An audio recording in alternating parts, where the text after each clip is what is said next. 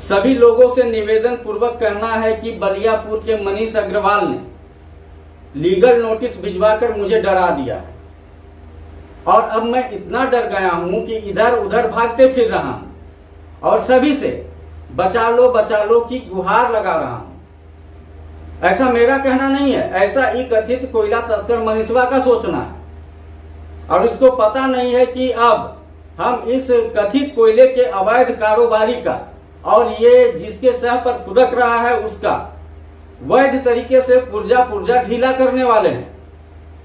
नमस्कार, जोहार, मैं हूं अशोक कुमार और आप देख रहे हैं न्यूज पॉइंट भारत।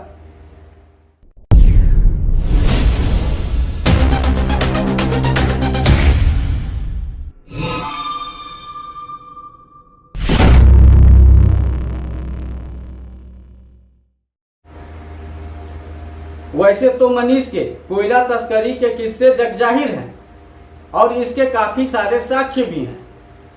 इसके खिलाफ कई अखबारों में प्रमुखता से खबरें भी प्रकाशित की गई थी और कई न्यूज चैनलों में भी चलाया गया था, लेकिन हमें नोटिस भिजवाकर उसने खुद प्रमाणित कर लिया है कि वह कोयला तस्करी करता था।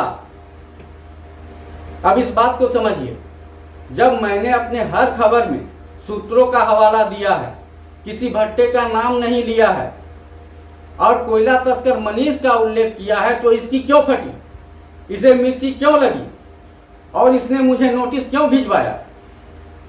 वो भी कब? जब नए एसएसपी प्रभात कुमार ने पदभार ग्रहण किया और उनके सख्त रवैये से सभी कोयला तस्करों की सटक गई और लगभग सभी ने अपना धंधा समेट लिया, जिसमें ये भी शामिल है। इसके गैर कानूनी धंधे के खिलाफ, जैसा कि मैंने पहले जिक्र किया, न्यूज सिर्फ मैंने ही नहीं चलाया बल्कि कई अखबारों में प्रकाशित हुई और कई चैनलों में चलाई गई। यहां तक कि नवंबर 2023 में बलियापुर के लालाडीह स्थित इसके भट्टे में खनन विभाग ने छापेमारी भी की थी और भारी मात्रा में कोयला भी जब्त किया गया था।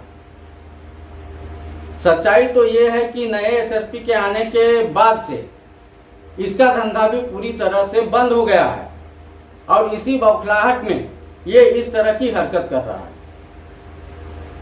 अब ये बुड़बक अपने नोटिस के माध्यम से मुझ पर आरोप लगाया है कि मैंने उससे 5-10 हजार नहीं, महीने के 2 लाख रुपये रंगदारी मांगी है।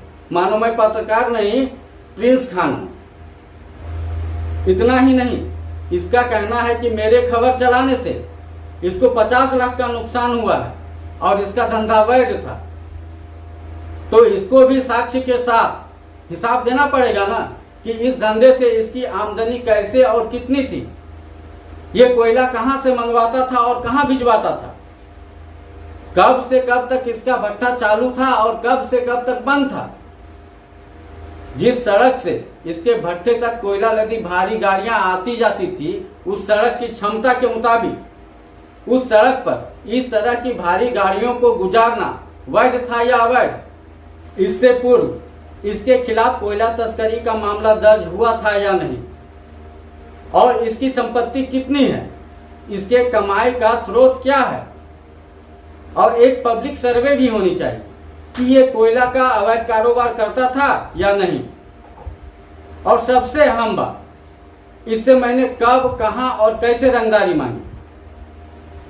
इन तमाम बिंदुओं के आधार पर इसकी सीबीआई जैसी उच्च स्तरीय जांच तो होनी ही चाहिए, नहीं तो लोकतंत्र के चौथे स्तंभ कहे जाने वाले पत्रकार जब भी अवैध कारोबार या अवैध कारोबारियों के खिलाफ आवाज उठाएंगे तो उन्हें मनबड़ू मनीषवा जैसे कथित कोयला चोर षड्यंत्र के तहत इसी तरह नोटिस भिजवाकर या फर्जी केस करवाकर डराने धमकाने और उनके आवाज को दबाने का प्रयास करते रहेंगे, ताकि आगे से कोई पत्रकार उनके काले कारनामों को उजागर ना करे।